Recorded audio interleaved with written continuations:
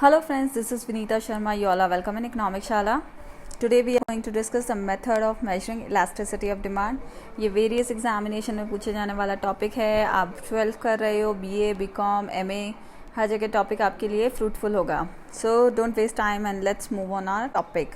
The price elasticity of commodity can be measured by various methods. Some of the important methods are as follows.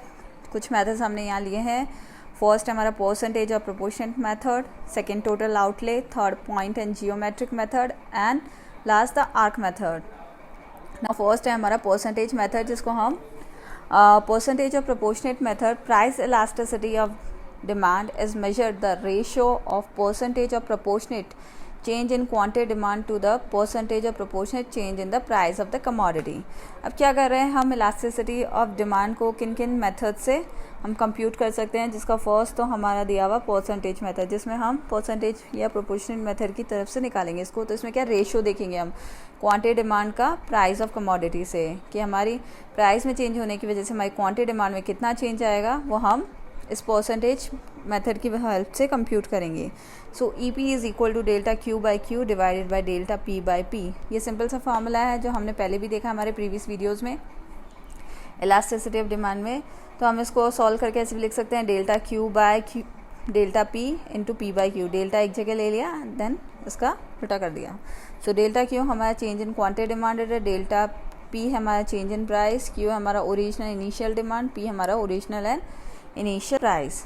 Now total outlay method. Marshall ने ये total outlay method दिया था, इसको हम total revenue और total expenditure method के नाम से भी जानते हैं. सो ये क्या बताता है, ये सिर्फ डायरेक्शन बताता है किसके कारण, कि प्राइस में पहले चेंज होने के बाद और बाद में चेंज होने के बाद टोटल एक्सपेंडिचर का डायरेक्शन किस और जाएगा, वो हम टोटल आउटले मेथड में देखते हैं.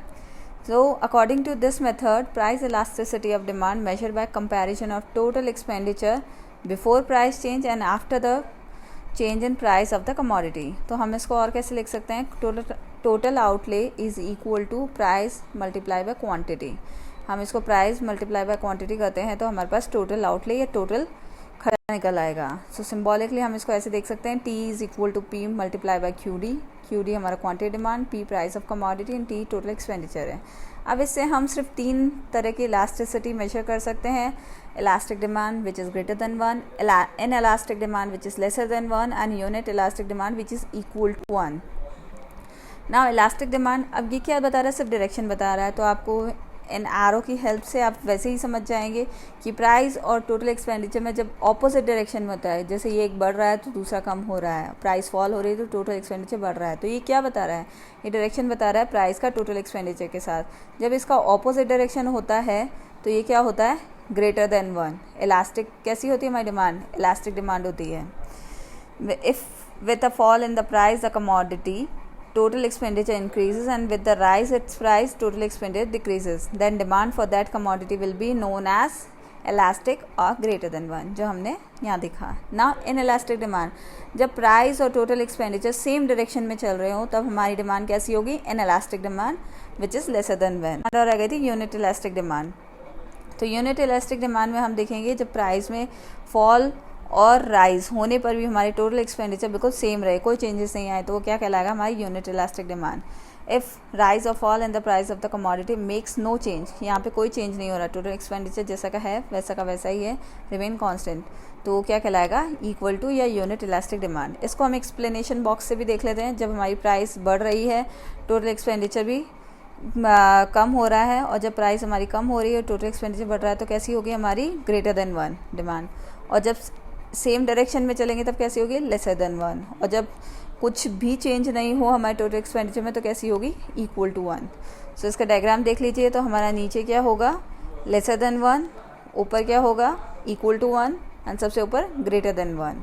तो ये क्या शो कर रहा है, डायरेक्शन शो कर रहा है प्राइस है किसके साथ, टोटल एक्सपेंडिचर के साथ. यहाँ पे क्वांटिटी डिमांड का रोल नहीं है, यहाँ पे हम किसका रिलेशन देख रहे हैं, प्राइस एंड टोटल एक्सपेंडिचर का. तो टोटल आउटले मेथड में हम क्या देखते हैं कि इनका ये डायरेक्शन बताता है प्राइस में चेंजेस होने पे. नाउ पॉइंट मेथड और जियोमेट्रिक मेथड, ये भी दिया था हमारे प्रोफेसर मार्शल ने. ये क्या बता रहा है, measuring the elasticity at a particular point on the demand curve is known as the point elasticity of demand. अब ये हमारा पर्टिकुलर पॉइंट वो कर्व दिया हुआ है. अब ये पॉइंट है ई, इस पे हम इलास्टिसिटी कंप्यूट करेंगे तो क्या कहलाएगी, पॉइंट मेथड कहलाएगा, जिसकी हेल्प से ही हम यहाँ पे इलास्टिसिटी देख पाएंगे कि यहाँ पे कौन सी इलास्टिसिटी है। तो इसका एक फार्मूला होता है लोअर सेक्टर ऑफ डिमांड का divided by upper sector of demand का। So suppose we want to measure the price elasticity at point E, हम कहाँ देखनी है हमारे को, पॉइंट ई पे on the demand curve M N हमारे यहाँ पे क्या है, डिमांड कर्व। तो लोअर सेक्टर क्या होगा हमारा, नीचे का देख लो ई एन, और अपर सेक्टर क्या होगा ई एम। तो ई एन को हम ई एम से डिवाइड करेंगे तो हमें क्या मिल जाएगी, हमारी वो मिल जाएगी प्राइस इलास्टिसिटी ऑफ डिमांड। तो E N divided by E M, तो ई एन और ई एम का बिल्कुल देखो दोनों का सेम है, दोनों का वो सेम है ना एरिया। तो ये क्या होगी हमारी E P is equal to 1। Now price elasticity of demand at different points, अब वो तो हमने एक पॉइंट देखा था ई वाला, अब हम डिफरेंट पॉइंट्स देख लेते हैं। E P at the mid point of B, B पे क्या होगी हमारी, इक्वल टू 1, क्योंकि यहाँ सेम रहेगा ना, B M B N is divided by B M. हम कौन सा फॉर्मूला देख रहे हैं, lower sector by upper sector की हेल्प से कर रहे हैं। तो हमारे यहाँ पे क्या मिलेगा, E D is equal to 1। Now हम पॉइंट कौन से पॉइंट पे देख रहे हैं, E P at the any point about the mid point A, mid point A पे देख रहे हैं हम। तो इस पे क्या होगी हमारी, लोअर सेक्टर होगा A N and upper sector A M. तो A N divided by A M, तो हमें क्या मिलेगा यहाँ पे, इलास्टिसिटी कैसी होगी, ग्रेटर देन 1। ऐसे ही हमारा सी पॉइंट पे कैसी होगी, lesser than 1, C N divided by C M. ये सी एन कम है ना, और ये सी एम। अब आप उसको उससे मैथमेटिकली भी देख सकते हो। लोअर सेक्टर मान लीजिए हमारा कितना हुआ, कम है, कितना हुआ 2 मान लीजिए, और अपर सेक्टर कितना है हमारा, इतना ज़्यादा एरिया दिख रहा है तो इसको 4 मान लीजिए। अब 4 को आप डिवाइड करेंगे 2 से, तो 1/2, तो कितना आएगा 0.5 विच इज़ लेसर देन 1। तो ये ऐसे आप मैथमेटिकली भी देख सकते हैं इसको। ना किस पे देखना है, E P at point when demand का टचेस द वर्टिकल और Y axis on point M. यहाँ हम क्या वर्टिकल एक्स पे देख रहे हैं, तो हमारी क्या होगी, इनफाइनाइट होगी। इनफाइनाइट क्यों होगी, लोअर सेक्टर क्या है हमारा, मान लीजिए हमारा लोअर सेक्टर पूरा 5 मान लीजिए आप, और यहाँ पे क्या है हमारे कोई भी एम एन, ऊपर तो कुछ है ही नहीं, तो ये क्या हुआ, ये 5 माना, इसको 0, किसी भी चीज़ को 0 से डिवाइड करेंगे तो क्या मिलेगा हमारे को, इनफाइनाइट। तो यहाँ पे हमारी इस पॉइंट पे क्या होगी, infinite. Now E P at point when demand curve touches the horizontal axis. अब हॉरिजॉन्टल एक्सिस पे भी हम इलास्टिसिटी देख लेते हैं। तो हॉरिजॉन्टल एक्सिस पे क्या है, एन, एन को अब तो हम क्या लिखेंगे, ओ 0 ही लिख लेते हैं यहाँ पे, डिवाइडेड बाय एन एम। तो एन एम हुआ ना, यहाँ देख लीजिए। तो ई पी क्या होगी हमारी 0। कैसे, आप देख लीजिए हमारा लोअर सेक्टर क्या है 0, और अपर सेक्टर मान लीजिए 5 किसी, अब तो क्या मिलेगा हमें आंसर 0। तो ये था हमारा price elasticity of demand at different points on a straight line और लीनियर डिमांड का। Now arc method, arc method देख लेते हैं। अब वो तो हम यहाँ पे क्या था कि पॉइंट देख रहे थे, पर्टिकुलर पॉइंट पे, इसमें पर्टिकुलर पॉइंट पे देखी थी हमने, यहाँ ऊपर नीचे किसी पे। लेकिन अब ये जैसे डिमांड कर्व है, इसके ये जो 2 पॉइंट्स है, इसके बीच में अगर हमें इलास्टिसिटी देखनी होगी तो हम पॉइंट मेथड की हेल्प से नहीं देख पाएंगे, उसके लिए हमें आर्क मेथड यूज़ करना पड़ेगा। तो आर्क मेथड की हेल्प लेंगे यहाँ पे हम।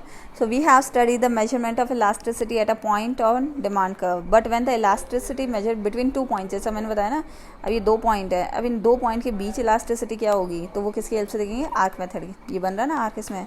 तो in the other words of professor Baumol, arc elasticity is a measure of the average responsiveness to the price change exhibited by a demand curve over some finite stretch of the time. Any 2 points on demand curve make an arc. अब आप कोई भी 2 points है उसको आप join करेंगे तो क्या बनेगा, आर्क बन जाएगा। इन दोनों पॉइंट के बीच में अगर हमें इलास्टिसिटी देखनी है तो हम देखेंगे with the help of arc method.